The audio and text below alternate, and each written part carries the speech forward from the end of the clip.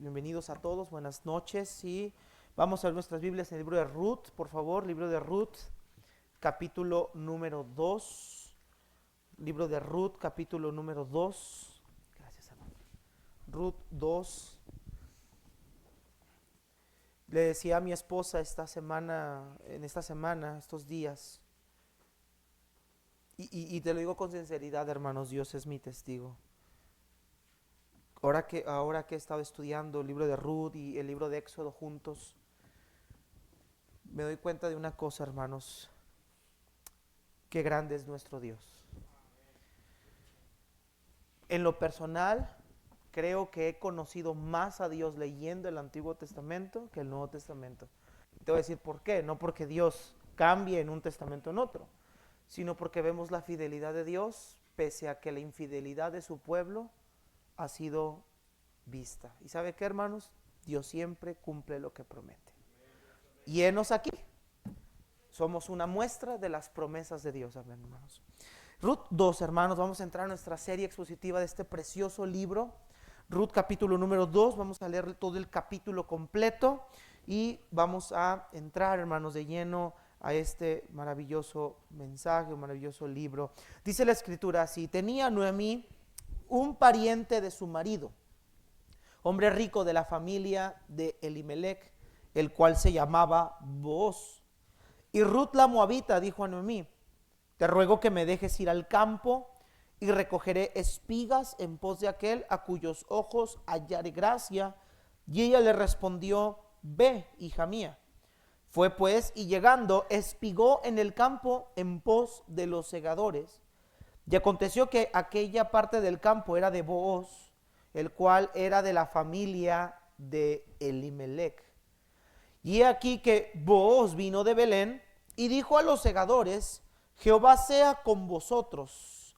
Y ellos respondieron: Jehová te bendiga. Y Booz dijo a su criado, el mayordomo de los segadores: ¿de quién es esta joven? Y el criado, mayordomo de los segadores, respondió y dijo: es la joven moabita que volvió con Noemí de los campos de Moab. Y me ha dicho: te ruego que me dejes recoger y juntar tras los segadores entre las gavillas. Y entró pues, y está desde por la mañana hasta ahora sin descansar ni por un momento.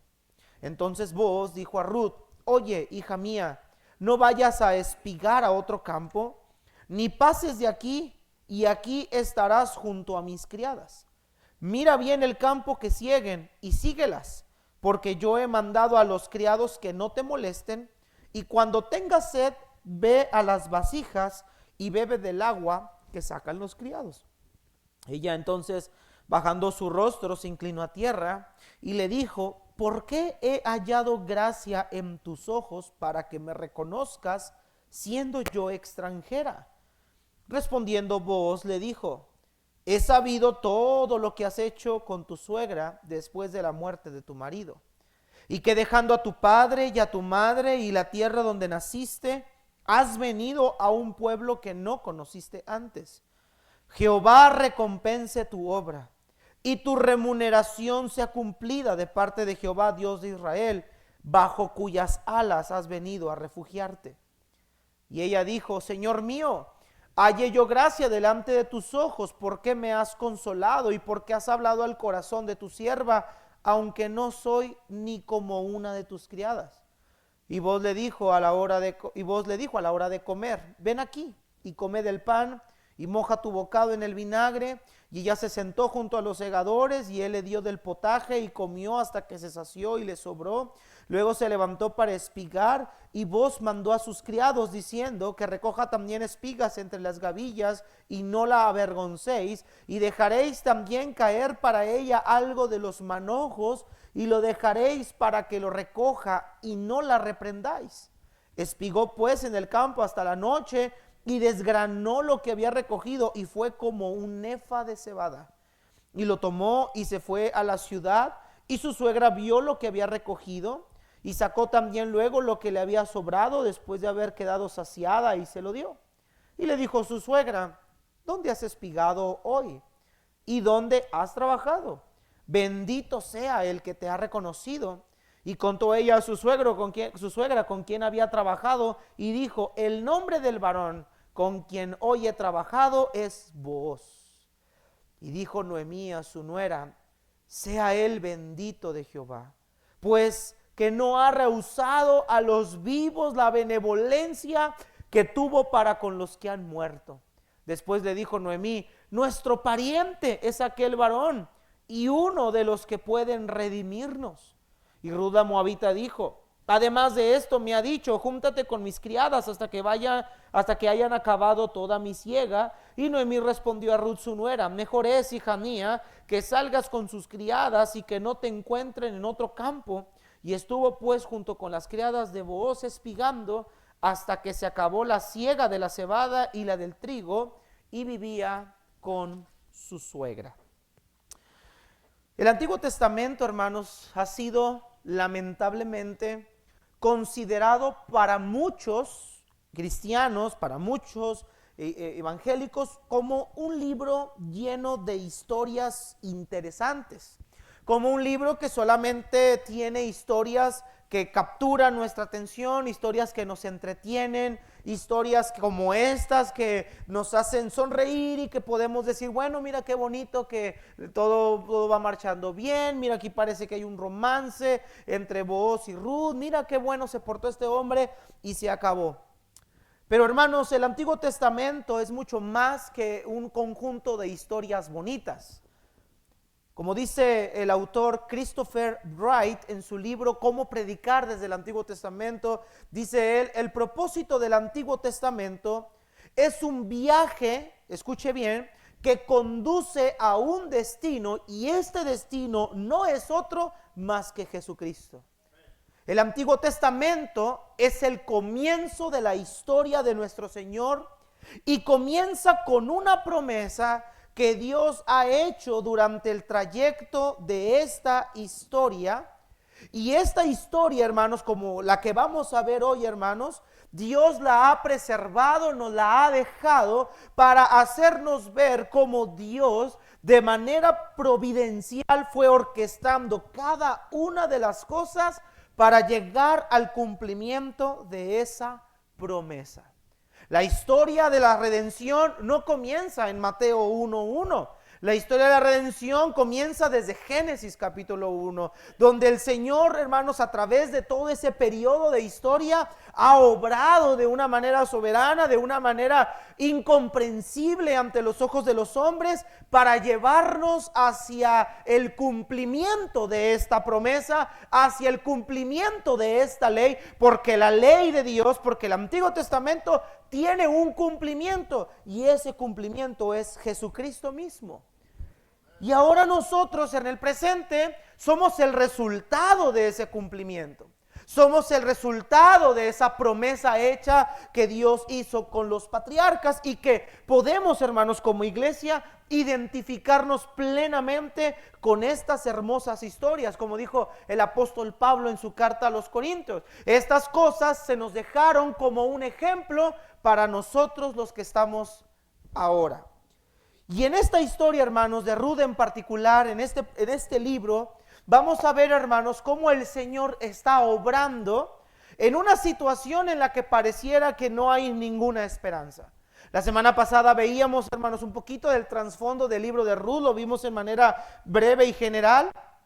Periodo difícil, un periodo duro, un periodo complicado como era el tiempo de los jueces, y una mujer que quedó viuda de su esposo, una mujer que quedó sin sus 2 hijos, una mujer que ante sus propios ojos y ante los ojos del pueblo quedó completamente desamparada, quedó como una mujer sola, que ella consideraba en su propia mente, como vimos en el capítulo número 1, que no tenía absolutamente nada que ofrecer, pero que ahora en este capítulo, hermanos, Dios va a mostrarle tanto a Noemí como a Ruth que todos aquellos que acudimos a Dios para refugiarnos bajo sus preciosas alas, hermanos, Dios es fiel en cuidar de cada uno de nosotros.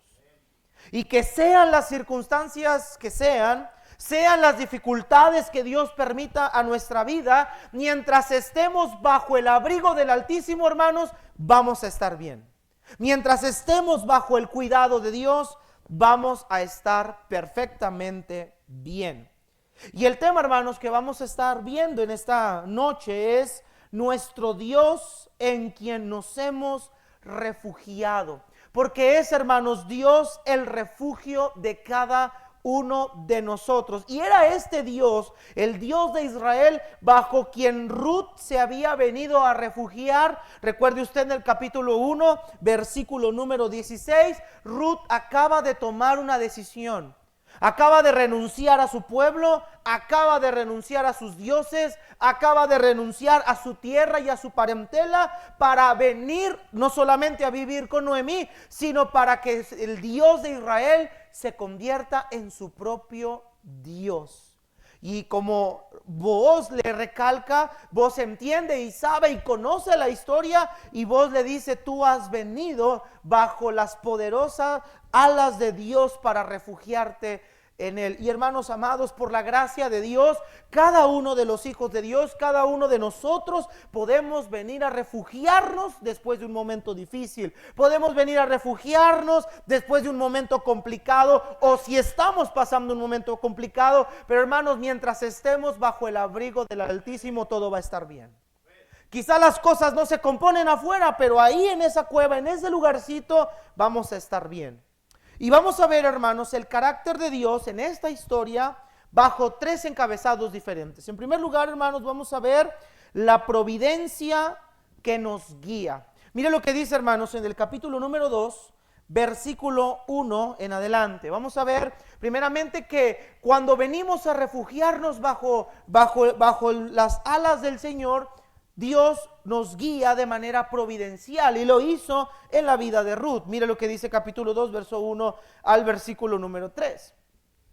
Recuerde usted que esta historia, hermanos, comienza o continúa. Recuerde que Ruth y Noemí llegaron a los campos, a la tierra de Belén otra vez, y dice la escritura en el capítulo 1, verso 22, que llegaron al comienzo de la siega de la cebada. Recuerde que había hambre, pero ahora Dios empezó a visitar a su pueblo, Dios empezó a prosperar los cultivos, Dios empezó a prosperar la tierra, y empezó a esta tierra a producir fruto, y ahora ellas llegan cuando es el tiempo de la siega del trigo y de la cebada. Y mire el capítulo 2, versículo 1, el autor, hermanos, del libro de Ruth nos hace llamar la atención en algo particular que no se había dado cuenta Noemí, que ni se acordaba Noemí tampoco, pero que nos lo va a dejar ahí para que lo tengamos en mente. Versículo 1 dice: tenía Noemí un pariente de su marido, hombre rico de la familia de Elimelech, el cual se llamaba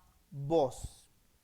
El autor de Ruth quiere que tú y yo entendamos, antes de entrar a la historia, antes de continuar en la narración, hace una pequeñita pausa, hace un pequeño paréntesis para decirnos que existe un hombre que es el pariente del difunto Elimelech llamado Booz.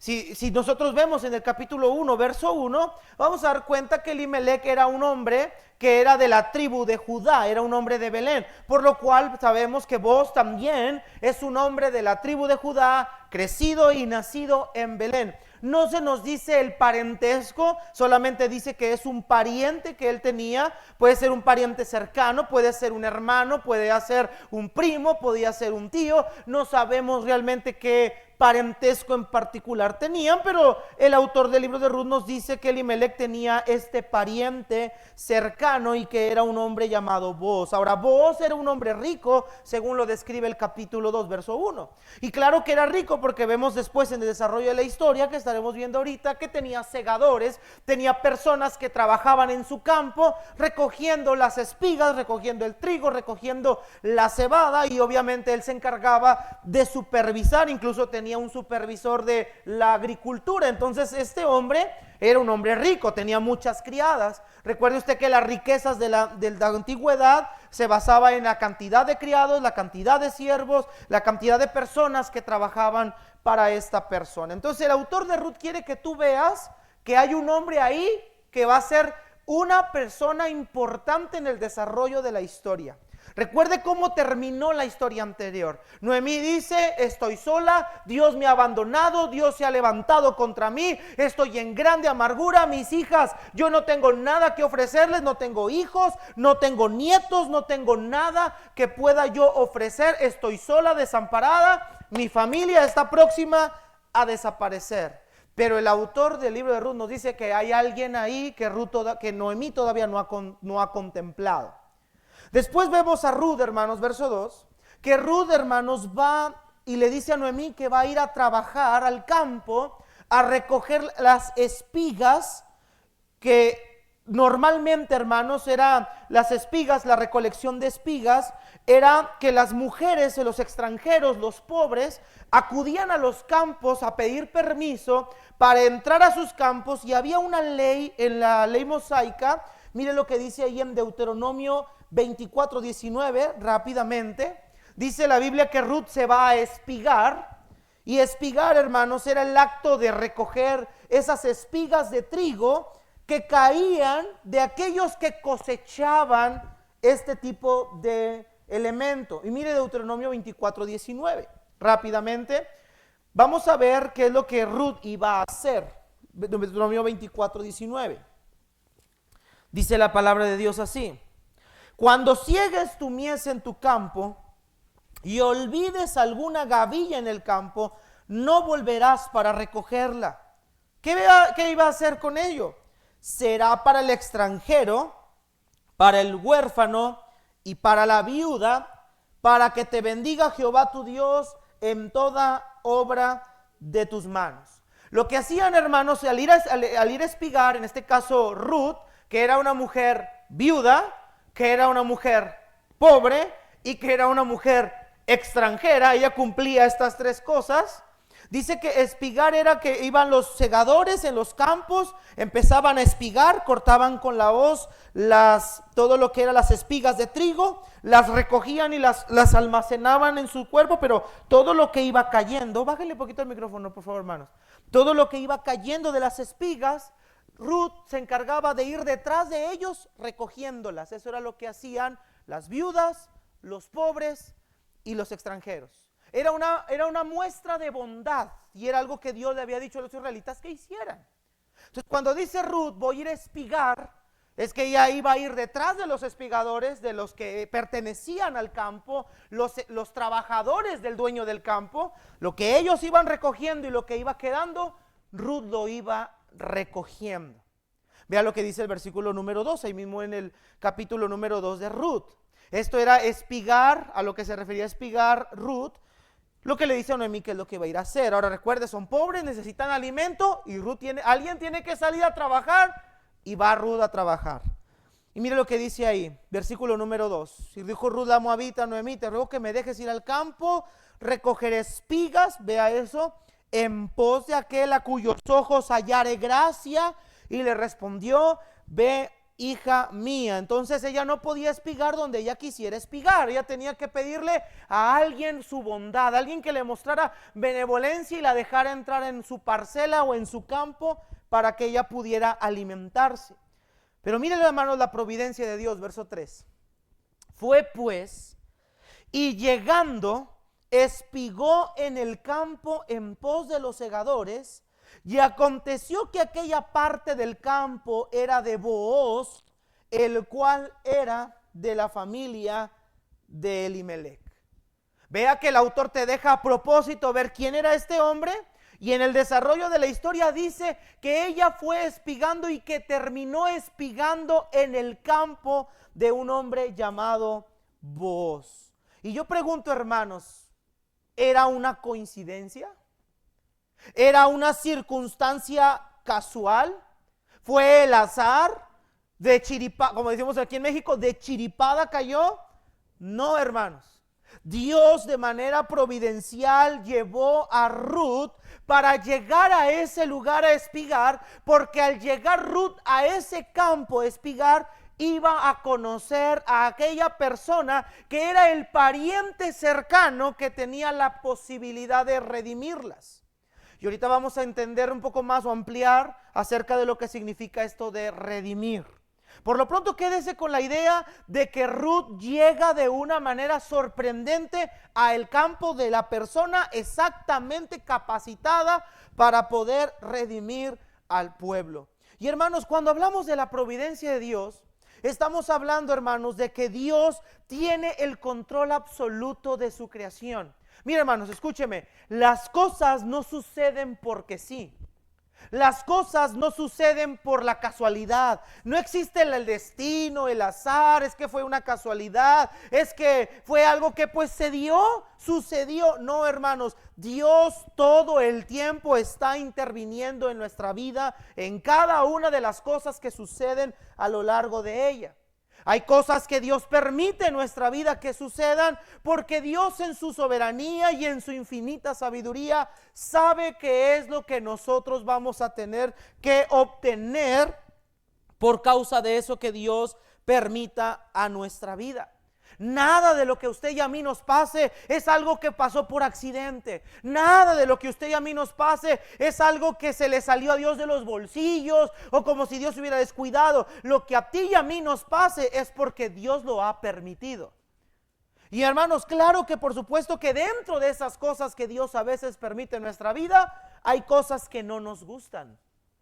Hay cosas que no nos agradan. Yo te pregunto, ¿tú crees que a Ruth le agradó haber perdido a su marido? ¿Tú crees que a Ruth le agradó haber visto morir a su suegro? ¿Tú crees que a Ruth le agradó ver a su suegra desamparada y amargada y entristecida? ¿Tú crees que para Ruth era algo agradable tener que irte a otra tierra, a otra parentela y tener que estar detrás de segadores buscando la benevolencia de alguien para poder alimentarte? Claro que por supuesto que para Ruth, humanamente hablando, no era agradable, pero Dios tenía un plan para la vida de Ruth. Y Dios tiene un plan para la vida tuya y la mía. No existe el azar, no existe el destino, existe la providencia de Dios. Miren lo que dice la Biblia, hermanos, en Romanos, capítulo número 8, versículo número 28. Dios nos da una promesa, hermanos, a través del apóstol Pablo. Miren lo que dice Romanos 8, 28.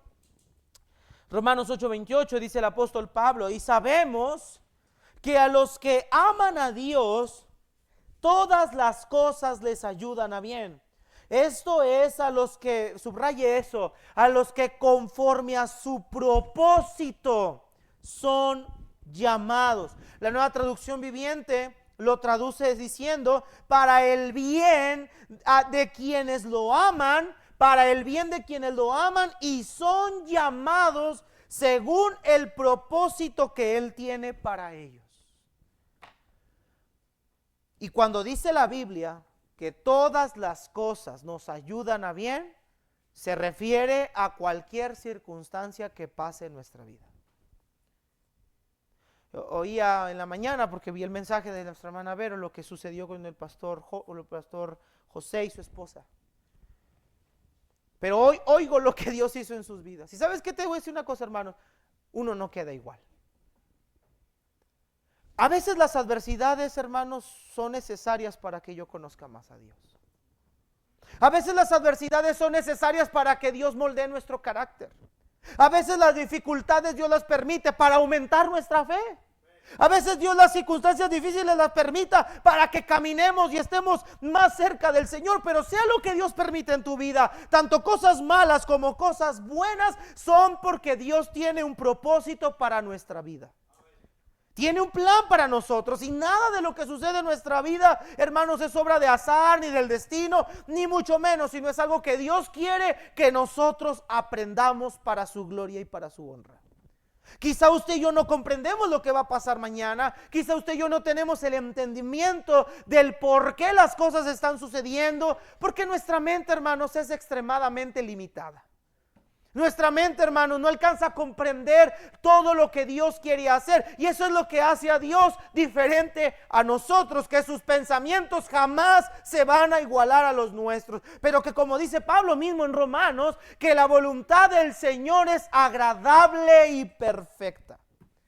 Así que lo que Dios iba a permitir, o lo que Dios más bien permitió en la vida de Ruth, lo iba a usar para que Ruth llegara a este campo, en esta situación, para lo que Dios tenía preparado para ella en un futuro cercano. Ya cuando lleguemos al capítulo 4, usted va a ver lo que Dios quería hacer en la vida de Ruth. Mis hermanos, a veces ahorita no entendemos qué pase, pero cuando pasan los años entendemos muchos porqués. Yo recuerdo, hermanos, cuando estábamos estudiando en el colegio bíblico, mi esposa y yo, no entendíamos nada, hermanos, nada. Yo no entendía los porqués. Lo único que yo entendía, o lo que yo hacía era lo que hizo Noemí: amargarme y quejarme. Y empezar a decir a Dios: ¿por qué, Dios? Si yo dejé mi vida, dejé mi familia, dejé mi tierra, dejé mi parentela para venir a servirte. Mira las cosas que estamos afrontando, mira las cosas que nos están pasando, mira, nos está viniendo una tras otra. Hermanos, recientemente casado con mi esposa, amenaza de aborto por casi 9 meses. Ella estuvo incapacitada, no estuvo yendo a la escuela, yo trabajando, me tuve que salir del colegio un tiempo, y luego me esguincé el tobillo, y luego no tenía cómo llevarla al hospital. Y luego ahí voy todo cojo subiendo escaleras para hablarle al taxista que venga y nos lleve. Y el taxista de a gratis nos llevó por la misericordia de Dios. Y ver a ese chamaco de 10 años nacer, ya está ahí en el cuarto bien a gusto. Y yo decía: Señor, yo no voy a poder con todo eso. Yo tenía 20 años en ese entonces y dije: Señor, ¿qué es esto que estás permitiendo a mi vida? ¿Por qué todas estas cosas pasan? Pero ahora que estoy de este lado, hermanos, de este lado de la cerca, y volteo al pasado, y alguien me pregunta: ¿cómo aguantaste eso? La respuesta siempre será: no lo sé, fue la gracia de Dios. Pero eso que vivimos en el pasado me sirvió para este presente. Porque gracias a ese pasado, Dios tuvo que pulir mi corazón, tuvo que pulir mi manera de vivir, tuvo que pulir aspectos de mi vida que eran desagradables delante de Él, para que Él pudiera usarme como un instrumento en sus manos para poder guiar esta congregación. Pero que hay algo que tengo que entender y saber, y es algo que usted tiene que saber y entender: Dios no ha terminado con nosotros. Dios no ha terminado con nosotros. Él va a seguir trabajando con nosotros. Pero saber que Dios nos guía bajo su providencia nos da confianza. Nos da confianza porque entonces ahora sé que mi vida no depende de mí mismo. Ahora sé que así la economía baje, la política esté peor que nunca, la inseguridad allá afuera esté cada vez más destruida, yo sé en quién he creído y es para guardar mi depósito para aquel día. Yo puedo estar refugiado bajo sus alas, sea que afuera se esté destruyendo todo, sabiendo que ahí voy a estar seguro, y que aunque yo no puedo cambiar las circunstancias de afuera, sí saldré renovado para enfrentar las cosas que estén allá afuera. La providencia de Dios nos ayuda a confiar más en Él. Entonces yo sé que Dios nada se le sale de las manos, que hay cosas que tiene que permitir para seguirnos cambiando para su gloria y honra. Pero después, hermanos, este propósito que Dios tenía para Ruth nos lleva, hermanos, a una segunda escena, y esta lección es la gracia en que ahora nosotros nos refugiamos. No solamente vemos su providencia que nos guía, como guió a Ruth a ese campo, sino ahora vemos esa gracia bendita en la cual nosotros nos podemos refugiar con confianza. Mira lo que dice, hermanos, el versículo 4 en delante. Versículo 4 en delante, dice: y aquí que Booz vino de Belén. Vea que Booz ahora viene a Belén. Y dijo a los segadores: Jehová sea con vosotros. Y ellos le respondieron: Jehová te bendiga. Mire el saludo. Y Booz dijo a su criado, el mayordomo de los segadores: ¿de quién es esta joven? Empezamos a ver a Booz, poner atención, ve sus segadores, él los conoce obviamente, y ve a alguien que él no había visto antes. Y entonces él pregunta: ¿y esta joven de quién es? ¿De qué familia viene? ¿Quién es su esposo? ¿Tiene pareja? ¿Tiene parientes? ¿Quién es esta mujer? Yo nunca la había visto antes, su aspecto como que no me es muy familiar. Verso 6, y el criado, el mayordomo de los segadores, respondió y le dijo: es la joven moabita que volvió con Noemí de los campos de Moab, y ha dicho: te ruego que me dejes recoger y juntar tras los segadores entre las gavillas. Y entró pues y está desde por la mañana hasta ahora sin descansar ni por un momento. Vea que este siervo le da a Booz la minuta de quién es esta mujer, y le dice: mira, esta mujer es una mujer la moabita que vino con Noemí. ¿No has escuchado la historia? ¿No has oído lo que le sucedió a Noemí? Aquella mujer que era placentera, que tenía un buen esposo, Elimelec, y 2 hermosos hijos, y luego se fueron a Moab porque pensaron que en Moab iban a hallar comida. Pero ahora vemos a Noemí regresar con esta mujer. Esa mujer moabita que tú estás viendo, es aquella mujer que dejó todo allá en su casa para venirse con Noemí y hacer misericordia con ella. Es esa muchacha. Hermanos, todos conocían quién era esta mujer, todos están hablando de ella. Tenía un buen testimonio ella. Mira el capítulo 3, versículo número 11. Esta mujer tenía un buen testimonio, Ruth tenía un buen testimonio entre el pueblo. Dice, ahora pues no temas, hija mía, yo haré contigo lo que tú digas, pues toda la gente de mi pueblo sabe que eres mujer virtuosa. Vea que toda la gente conocía el testimonio de Ruth. Una mujer virtuosa, una mujer que tenía una conducta, un carácter agradable, no a la gente, agradable delante de los ojos de Dios. Y vemos que Booz se interesa en esta mujer. Ahora, no sabemos el interés real que Booz tuvo. Algunos platican esta historia como una novela. ¿Se enamoró Booz de Ruth? No sabemos. Pero Booz pone mucha atención en su vida y se interesa tanto en su vida que Booz decide darle toda su bondad a esta mujer. Miren el versículo 8. Vemos a Booz llegar a Ruth y tienen el primer contacto. Entonces Booz dijo a Ruth, oye, hija mía, no vayas a espigar a otro campo, ni pases de aquí, y aquí vas a estar junto a mis criadas. Vea lo que Booz le dice, no te vayas a otro lugar, mija, tú puedes estar en mi campo si tú quieres. Es más, vete con mis criadas, ahí vas a estar junto con ellas. Versículo número 9, mira bien el campo, que sieguen y síguelas. Pero vea lo que Booz hizo previamente. Porque yo he mandado a los criados que no te molesten. Y cuando tengas sed, ve a las vasijas y bebe del agua que sacan los criados. Vea que Booz, hermanos, está mostrando un acto de bondad para con Ruth. Hermanos, esta mujer es extranjera. Los judíos no toleraban muy bien a los extranjeros, pero esta mujer no era cualquier extranjera. Esta extranjera había decidido ser parte del pueblo de Dios, y había leyes en Deuteronomio que decían que cuando un extranjero quería formar parte del pueblo, tenía que cumplir con las demandas que el pueblo tenía, aprender las costumbres del pueblo. Y vemos que Booz empieza a mostrarle su bondad, le da alimento, la deja cegar en su campo, la cercó de protección para que nadie la moleste, y le otorgó la carta abierta para que ella fuera a beber del agua que beben los que trabajaban para él. Ahora mire lo que dice, hermanos, en el versículo número 13. Booz está mostrando su bondad a esta mujer. Versículo 13, ella dijo, Señor mío, hallo gracia delante de tus ojos. Ve hasta el 14. Y Booz le dijo a la hora de comer, 14. Booz le dijo a la hora de comer, ven aquí y come del pan y moja tu bocado en el vinagre. Y ella se sentó junto a los segadores y él le dio del potaje, comió hasta que se sació y le sobró. Hermanos, vea que hasta Booz le está dando comida. Versículo 15. Luego se levantó para espigar y Booz mandó a sus criados diciendo, que recoja también espigas entre las gavillas y no la avergüencen. 16. Y dejen también caer para ella algo de los manojos, y lo van a dejar para que lo recoja y no la reprendan. Y mira, hermanos, que esta instrucción de Booz, sus siervos la siguieron, y mira la bendición para Ruth.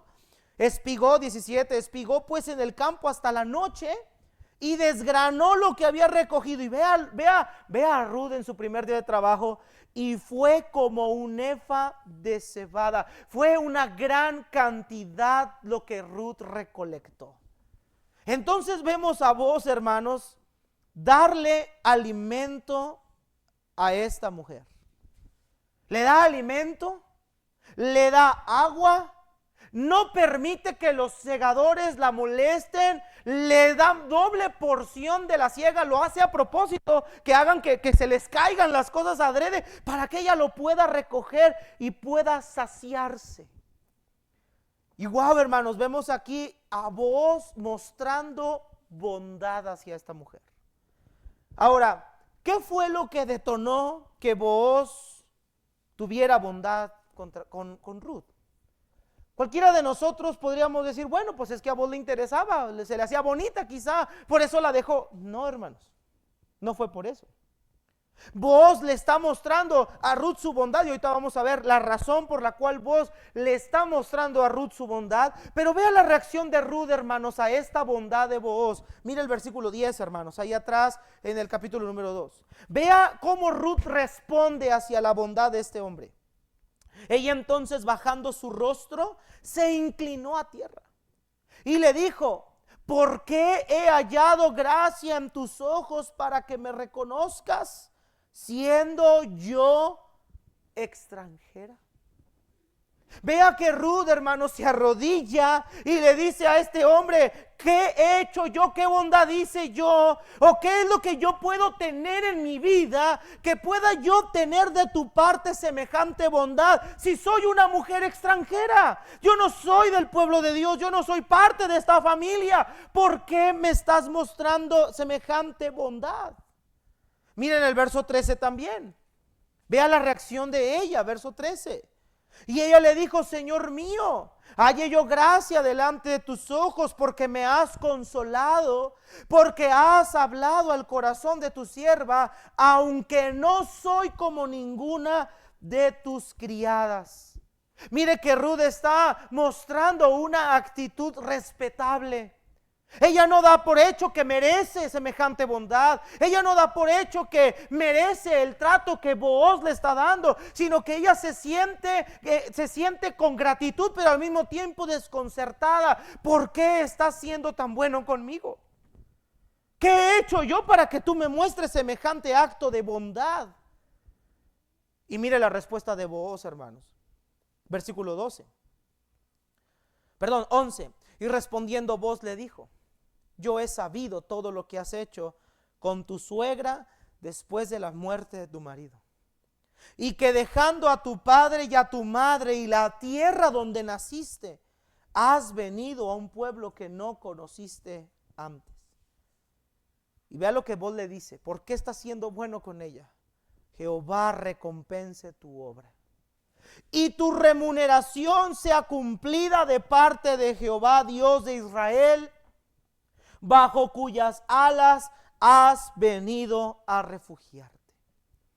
¿Por qué estás siendo bueno conmigo?, le pregunta Ruth a Booz, y Booz le dice: es Dios quien está recompensando tu obra. Tú has venido a este lugar para refugiarte bajo sus alas. Tú has venido, has dejado todo, tierra, parentela, familia, has dejado toda tu vida allá. Veniste y te adoptaste a Dios como tu Dios, te entregaste a Él, le rendiste tu vida a Él. Has venido a Él para refugiarte y Dios te ha recompensado grandemente.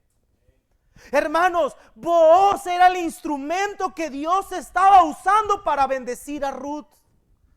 Dios le está mostrando a Ruth su gracia, su bondad, su benevolencia. Y tal como Dios dice en su palabra, Dios honra a los que le honran, pero los que lo desprecian los tiene en poco. Ruth, al venir a buscar al Señor para refugiarse a Él, para vivir para Él, para servirle a Él, Dios está actuando con fidelidad con Ruth. Y Booz es el instrumento que Dios está usando para preservarle no solo la vida, sino para mostrar su gracia a ella, y que Ruth pueda ver la gracia de Dios a través de la vida de una persona.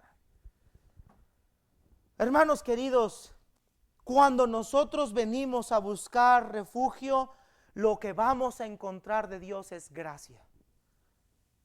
Por eso el autor de Hebreos nos dice: acerquémonos a Él, acerquémonos al trono de gracia, para que hallemos gracia, para que hallemos misericordia para el oportuno socorro. Cuando venimos a Dios para refugiarnos a Él, lo único que vamos a ver de Dios es su bondad y su gracia para con nosotros. Hermanos, Ruth había abandonado su vida para servir al Señor. Y Dios le mostraría a Ruth su bondad y su gracia a ella. Ahora, vea la pregunta de Ruth una vez más, porque es la pregunta que todos nosotros deberíamos hacernos cuando vamos al trono delante de Dios. Dice Ruth: ¿por qué he hallado gracia en tus ojos para que me reconozcas, siendo yo extranjera? Hermanos, pregunta: ¿qué tenemos nosotros para darle a Dios? ¿Qué somos nosotros delante de Dios para que Dios nos haya mostrado su gracia? Y sabes qué, hermanos, no hay ninguna respuesta, porque simple y sencillamente el amor de Dios ha sido para con nosotros sin merecerlo. Sin merecerlo. El que tú y yo podamos venir al trono de la gracia, el que tú y yo podamos venir a orar y dejar nuestras cargas, el que tú y yo podamos incluso expresar el deseo de nuestro corazón y ver nuestras peticiones contestadas y ver a Dios obrando en nuestra vida y en nuestra familia y ver a Dios proveyendo nuestras necesidades, es una obra de gracia. Pero la mayor obra de gracia es que nos salvó siendo extranjeros, nos hizo parte del pueblo de Dios, nos adoptó, nos sacó del patriarcado maldito del diablo y nos hizo aceptos en el amado. Que éramos nosotros más que simples extranjeros, pero su gracia nunca faltó para con nosotros. ¿Qué somos nosotros para que Dios mostrara semejante bondad? A mí me fascina el himno, el himno profundo es el amor de Dios, porque en la parte del coro dice, o en la parte del coro muestra y dice: ¿por qué me da de su favor? Y la respuesta del que compuso el himno es: no puedo contestarlo. No tengo la respuesta para esa pregunta. ¿Por qué Dios me amó? ¿Por qué Dios me ha dado su gracia? ¿Por qué me has dado su bondad? Hermanos, no nos la merecemos.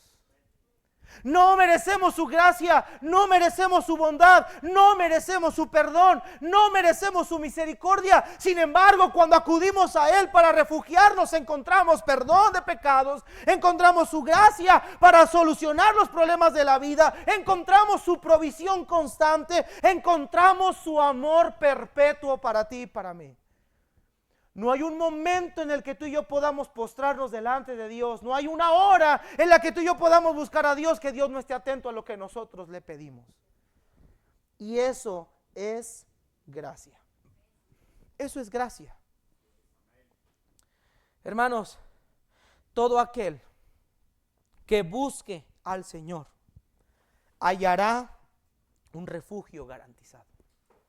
Mire lo que decía Deuteronomio 33. Mire una de las profecías de Dios para la tribu de Aser. Mire Deuteronomio 33, 26 al 27. Rápidamente, hermanos. Deuteronomio 33, 26 al 27. Deuteronomio 33, 26, 27. Mire lo que dice la escritura, hermano. No hay como el Dios de Jerusalén, quien cabalga sobre los cielos para tu ayuda. Escucha, hermanos, pon atención, haz lo tuyo este texto.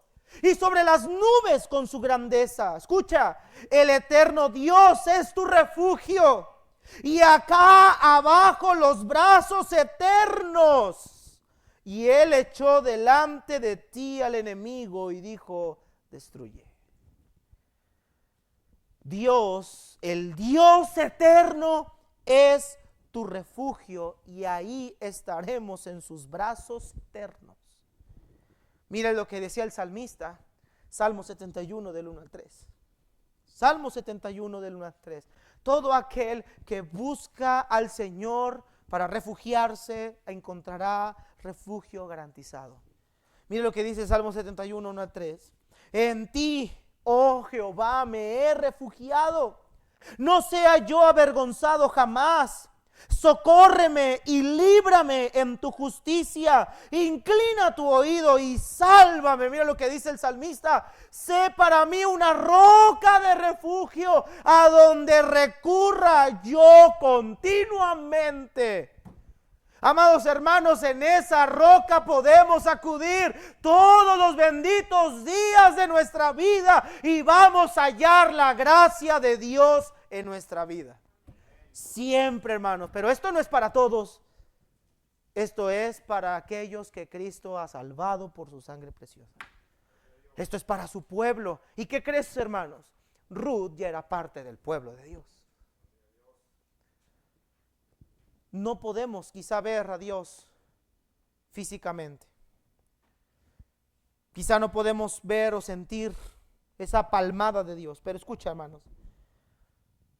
Pero la gracia de Dios se refleja tanto en nuestras vidas que aún puede usar un instrumento para reflejar su carácter.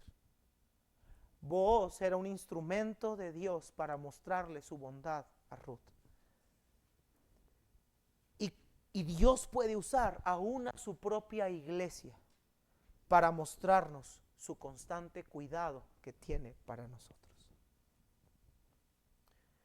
Esas veces que tú te sientes completamente solo, o de esas veces que tú sientes que nadie está contigo y de repente, de una manera inexplicable, de una manera que no se comprende, alguien llega. A lo mejor no es alguien cercano a ti, a lo mejor no es alguien con quien tú normalmente tienes una amistad, pero llega en el momento oportuno esa persona.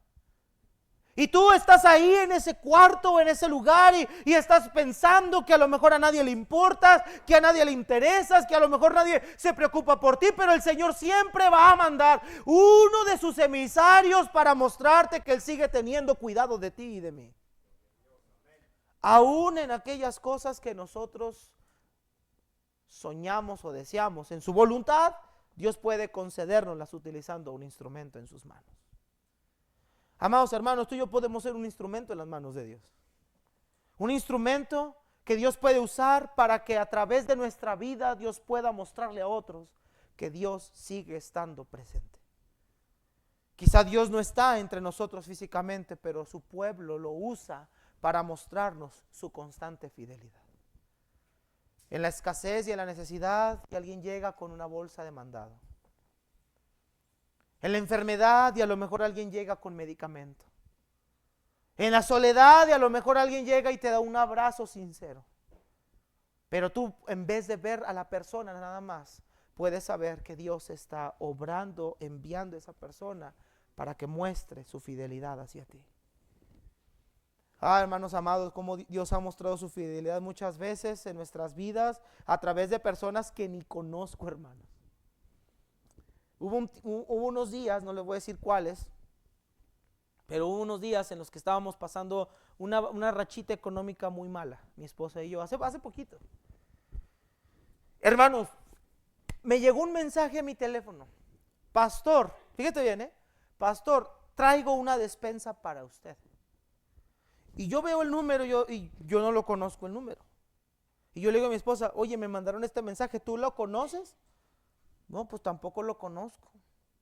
Era Lada de la Ciudad de México, creo. Sí, hermano, pero perdón, ¿te conozco? Sí, tú eres el pastor Carlos Abraham de la Iglesia Bíblica Bautista Guavivela San Pancho. Y yo dije, bueno, pues sí soy ese. Creo que sí soy ese. Y le dije, ok, hermano. Dijo, sí, yo te conozco. Y yo tratando de ver, hermano, ¿me puedes decir cómo te llamas? Dijo, ¿Daniel o Daniel? Daniel. Yo me llamo Daniel tal. Dije, no, el único Daniel que conozco aquí es Daniel Campana y este no es. Este sí estaba guapo. Este sí era agradable. Entonces dije, bueno, ¿dónde te veo? Y me dijo, vente a la UACJ, aquí a Ixa, aquí te veo. Vas a subir al edificio de psicología, ahí te voy a encontrar y ahí te veo. Hermanos, yo estuve en el edificio y andaba ahí buscando. ¿Y a quién busca? Y pues que un Daniel que en el edificio. Vaya ahí el edificio H. Ahí voy arriba, segundo piso. Cuando lo veo, paso de largo porque no sé quién era. Y me dice, ¿usted es el pastor Carlos? Y volteo y le digo, sí. Heme aquí, envíame a mí, le dije. Le dije, sí soy yo. Y me dijo, venga, le traje esta despensa. Hermanos, eran 3 rejas negras. Eran como 3 carteras de huevo, como 12 litros de leche, como 5 kilos de harinas y un montón de fruta y un montón de cosas. Y le dije, ¿y estas qué, hermano? ¿Cuál de las 3 es mía? Dijo, las 3. Y me dijo, ¿y todavía sigues pastoreando en la iglesia? Hermanos, yo me rascaba y dije, es que yo nunca te he visto. ¿Quién eres? Dijo, no, qué bueno que sigues adelante. Salúdame al hermano Mauricio Villarreal. Lo conocía a él, pero no me conocía a mí. Y le dije, ok, hermano, gracias. Dijo, ahí de rato te llamo para otra ocasión. Hermanos, yo lo único que pude decir es, gracias, Señor. Porque aún personas que no conozco, me muestras tu bondad para conmigo. Booz era un instrumento en las manos de Dios para mostrarle a Ruth que el dejar su padre, madre, dioses ajenos y todo, no era en vano. Que Dios proveería en la vida de Ruth y en la vida de Noemí. Y mira la historia que continúa, hermano, ya casi para concluir. Vea el versículo, capítulo 2, versículo número 18. Ya vimos que Ruth tomó todo el grano que acumuló, tomó todo el pan tostado, aquí en la Reina Valera lo traduce como potaje, tomó todo el potaje que le sobró de lo que había comido, dice que comió bastante y que le sobró. Yo creo que era de agua viva esta mujer. Y luego mira lo que dice el versículo 18. Y lo tomó y se fue a la ciudad, y su suegra vio lo que había recogido y sacó también luego lo que le había sobrado después de haber quedado saciada y se lo dio. Vemos ahora a Ruth tener las bendiciones que Dios le había dado a través de la bondad, de la gracia de Booz, y ahora, hermanos, va con su suegra Noemí a llevarle todo lo que Dios en su soberanía le había otorgado a esta mujer en un solo día de trabajo. Y esto nos lleva, hermanos, a una tercera escena, la esperanza en la que nosotros confiamos. Porque no solamente nos refugiamos en Dios porque su providencia nos guía, ni porque su gracia nos sostiene, sino porque Dios es un Dios que nos da esperanza. Y ella llega y le muestra y le dice, mira todo lo que tuve. Versículo número 19. Y dijo su suegra, pues ¿dónde has espigado hoy? ¿A dónde fuiste? ¿Y dónde trabajaste? Y vea lo que dice Noemí. Bendito sea el que te ha reconocido. Que Dios bendiga a aquella persona que Dios ha usado para bendecirnos. Y mira la esperanza, hermanos. Y contó ella a su suegra con quien había trabajado y dijo, el nombre del varón con quien hoy he trabajado es Booz. Mírame acá, hermanos. Cuando le dijo eso, yo no creo que dijo Noemí, no, pues bien, qué padre. Yo creo que Noemí se quedó en un estado de shock. ¿Quién dices con quién trabajaste? ¿Quién es el que te dio todo esto? Un hombre que se llama Booz. Y en ese momento Noemí dijo, yo sí sé quién es este hombre. Y yo creo que se agarró las manos, se las llevó a la cara y dijo, no puede ser. Imagínense, hermanos, a ustedes les encanta ver novelas, imaginen. Miren lo que dice el versículo número 20. Vea que la manera de pensar de Noemí cambió. Escúcheme, en el capítulo 1, ¿qué dijo Noemí? Dios ha salido contra mí, ¿no es cierto? Dios se ha venido contra mí y me ha amargado la vida. ¿No dijo eso? Mire el 20. Y dijo Noemí a su nuera, sea él bendito de Jehová, pues, aquí está hablando de Dios, pues que él no ha rehusado a los vivos la benevolencia que tuvo para los que han muerto. Y Noemí dijo, Ruth, ese hombre es nuestro pariente, él nos puede redimir. Vea que Noemí, cambió su manera de pensar en Dios. Primero dijo que Dios la había amargado, que Dios la había abandonado, y ahora dice, es que Dios es benevolente, no ha mostrado su benevolencia para con nosotros. La teología de Ruth cambió, de Noemí cambió. Después de ver a Dios como el responsable de las malas cosas que le pasó, ahora dice, no, ahora sé que Dios ha mostrado benevolencia para con los muertos. Eso quiere decir, Dios ha mostrado su benevolencia para con mi familia. ¿Sabes qué, Ruth? ¿Sabes qué, Ruth? Ese hombre que fuiste a espigar, ese hombre que te dio todas estas bendiciones, ese hombre es nuestro pariente. ¿Y sabes qué? Él puede redimirnos. Ahora, vamos a entablar lo que es la redención para que usted entienda a qué era lo que se refería a esto. Había dos leyes en Israel. La primera la encontramos en Deuteronomio 25 del 5 al 10. Vamos a ir rápido, hermanos.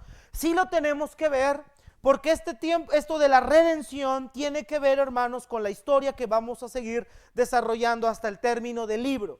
Miren lo que dice Deuteronomio 25 del 5 al 10. Vea por qué Noemí se pone tan contenta y dice que Dios ha mostrado su benevolencia para con ellas. Miren lo que dice Deuteronomio 25, versículos 5 al 10. ¿Vamos ahí, hermanos? Síganme, por favor.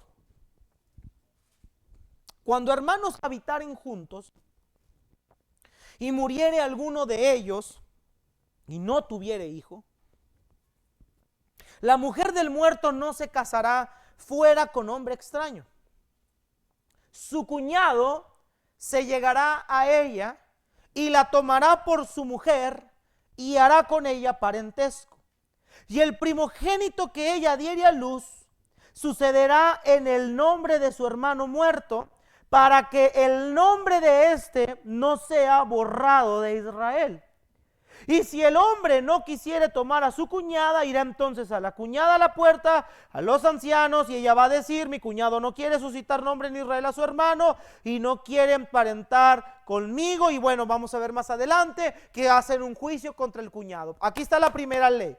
Esta ley se conoce como la ley del levirato. Cuando una mujer perdía a su esposo, ella tenía que casarse con el cuñado, obviamente tenía que ser soltero. Y ella tenía que estar con el hermano del difunto para poderle levantar herencia, para poder dejarle herencia en manos de esta mujer y levantarle el nombre a su hermano ya difunto, porque no había descendientes. Si hubiera habido hijos de por medio, no hubiera sido necesario esto porque tendríamos el descendiente ahí.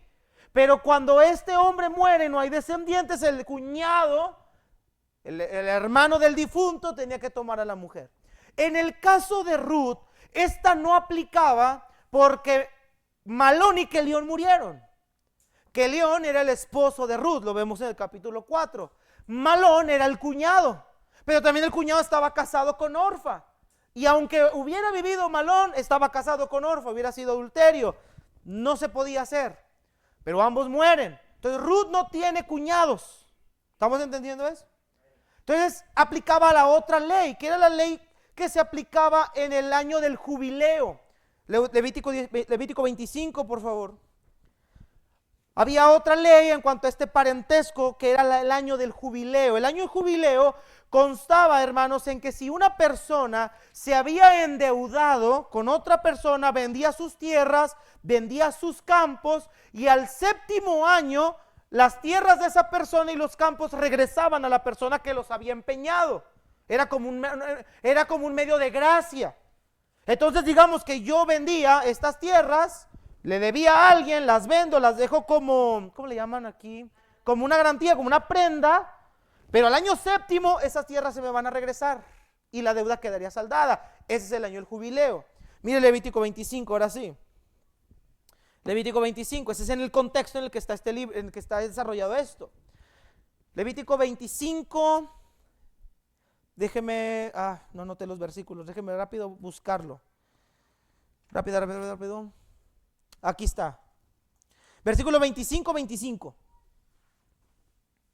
Cuando tu hermano empobreciere y vendiere algo de su posesión, escucha, entonces su pariente más próximo vendrá y rescatará lo que su hermano hubiere vendido. Y cuando el hombre no tuviere rescatador y consiguiere lo suficiente para el rescate, entonces contará los años desde que vendió y pagará lo que quedara el varón que quien vendió y volverá a su posesión. Mas si no consiguiere lo suficiente para que se la devuelvan lo que vendió, estará en el poder de que lo compró hasta el año del jubileo, que era este séptimo año, y al jubileo saldrá y él volverá a su posesión. El varón que vendiere casa de habitación en ciudad amurallada tendrá la facultad de redimirla hasta el término de un año desde que la venda. Un año será el término para poderse redimir. En otras palabras, hermanos, si alguien estaba endeudado con las tierras, tenía que llegar el pariente más cercano y comprar las tierras a favor de su hermano para volvérselas a restituir a él. ¿Sí estamos entendiendo? Esa es la ley de la redención. La palabra redención significa comprar. Cuando Noemí le dice a Ruth, Booz es nuestro pariente cercano, él nos puede redimir, es porque Booz, al ser pariente del difunto, tenía la capacidad de comprar lo que fue de Elimelech, lo que le pertenecía a Malón y Kelión, quedárselo y absorberlo para sí mismo. Si había una deuda, pues él la absorbía y la tenía que pagar. Entonces, él no solamente iba a tomar las cosas de él, tendría que tomar a alguien por mujer. Y Noemí no va a ser, porque Noemí ya es una mujer mayor. ¿Quién cree usted que era la candidata número 1 para esto? Ruth. Entonces dice Noemí, Booz es la única persona que puede comprar todo lo que era de mi difunto para que en el nombre de Booz se levante la descendencia de mi marido y mi familia no quede en extinción. ¿Ya entendimos, hermano? Pero Booz tenía que comprar todo y obviamente tenía que tomar por esposa a Ruth. Noemí entiende, Booz es la única esperanza que nosotros tenemos. Booz es la persona en la cual nosotros podemos encontrar el alivio y el descanso que tanto hemos buscado. Es Booz la persona que puede comprarnos y volver a restaurar a nuestra familia que hasta hace unos momentos atrás estaba extinta. Amados hermanos, podemos refugiarnos en Dios porque así como ellas tenían esa esperanza, Dios ha sido la esperanza para todos nosotros. Cristo nos redimió de la esclavitud del pecado y nos hizo sentar en los lugares celestiales con Cristo. Booz es un tipo del Señor Jesucristo en el libro de Ruth.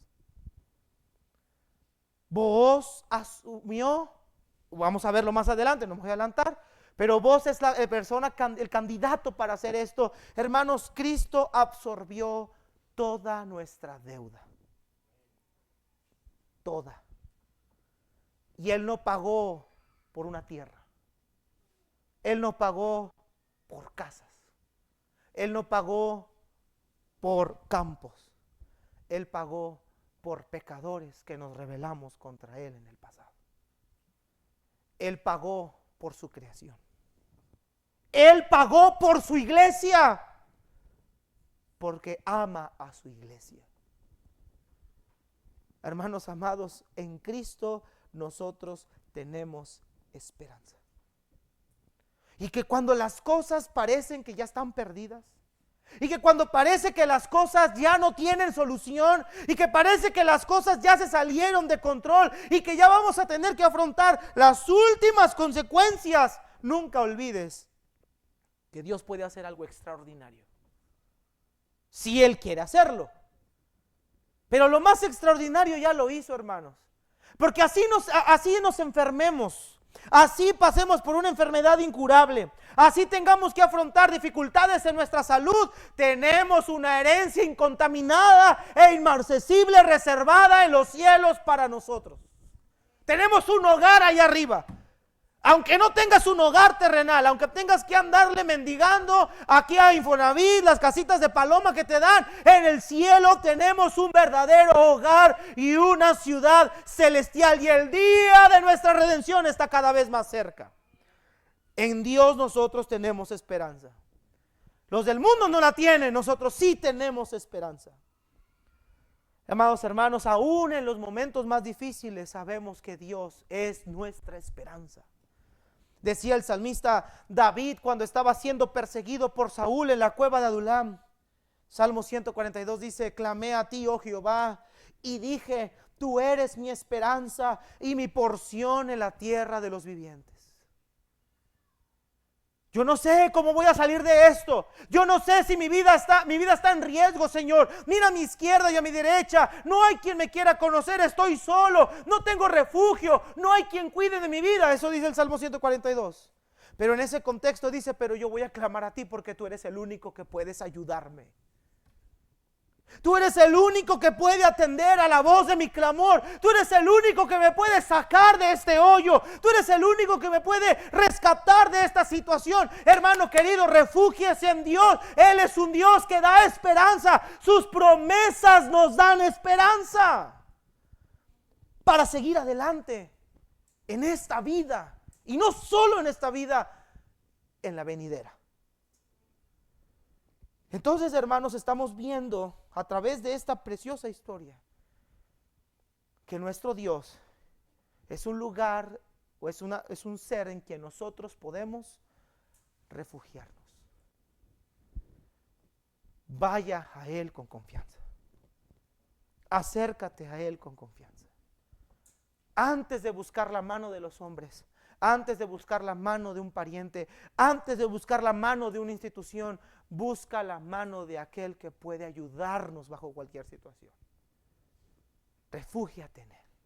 Escóndete en Él, así como los polluelos se refugian bajo las alas de su madre, de su gallina, de esos aguiluchos se refugian bajo las alas de su águila, de aquella águila frondosa y grande. Y ellos saben que nada les va a pasar mientras estén bajo las alas de esa madre. Hermano, nosotros estamos bajo las alas del Todopoderoso. Y como dice el Salmo 91, que todos nosotros conocemos: el que habita al abrigo del Altísimo morará bajo la sombra del Omnipotente. Diré yo a Jehová: esperanza mía y castillo mío, mi Dios en quien confiaré. ¿Y sabe por qué el otro lo menciona como un castillo? Porque es un lugar donde no pueden penetrarle la maldad. Hermanos amados, vamos a pasar pruebas, pero abajo de las alas del Señor vamos a estar seguros. Así que, hermanos, Noemí ve que hay esperanza para ellas. Noemí entiende que Dios puede hacer algo sobrenatural a través de esto. Y lo siguiente lo vamos a ver la semana que viene. Vamos a ponernos de pie, hermanos.